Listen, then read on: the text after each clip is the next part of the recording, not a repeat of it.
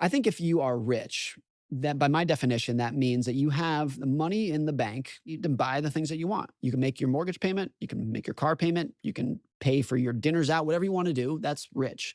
Wealthy is independent. It's money in the bank that you're not spending.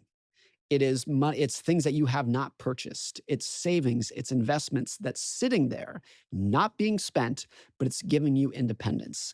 It's giving you financial independence and psychological independence, where you can live your life in your way without chasing what you think other people want out of you.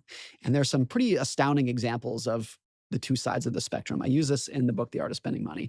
The Vanderbilt family was the richest family that the world had ever seen. Back in the 1800s, Cornelius Vanderbilt, if you adjust it for inflation, he had something like $500 billion was his net worth. And some of the other very wealthy families, the Carnegies, the Rockefellers, did a pretty good job at giving most of their money away to charity. The Vanderbilts basically said, we're going to give it all to our kids and our grandkids and our great grandkids. And their job is to live the biggest, most ostentatious life that you can possibly imagine.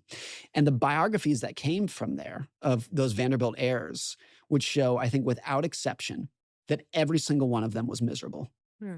Every single, these were, if you were a Vanderbilt heir in the early 1900s, the day that you were born, you got $500 million trust fund. And the only thing that was ever expected out of you in life was that you spend as big as you possibly can. And every single one of them was miserable. There's a book called Fortune's Children, written by one of the heirs. His name is Arthur Vanderbilt. And he talks about the history of his ancestors. And it is one of the saddest books I've ever read, because these people are people who maybe you and I and people listening would look at and say, you're so lucky. I can't believe how lucky you got. You just got $1 billion the day you were born. And you read it and you say, like, I would never want that life, because they were very rich. They were the richest people in the world, but they had no independence.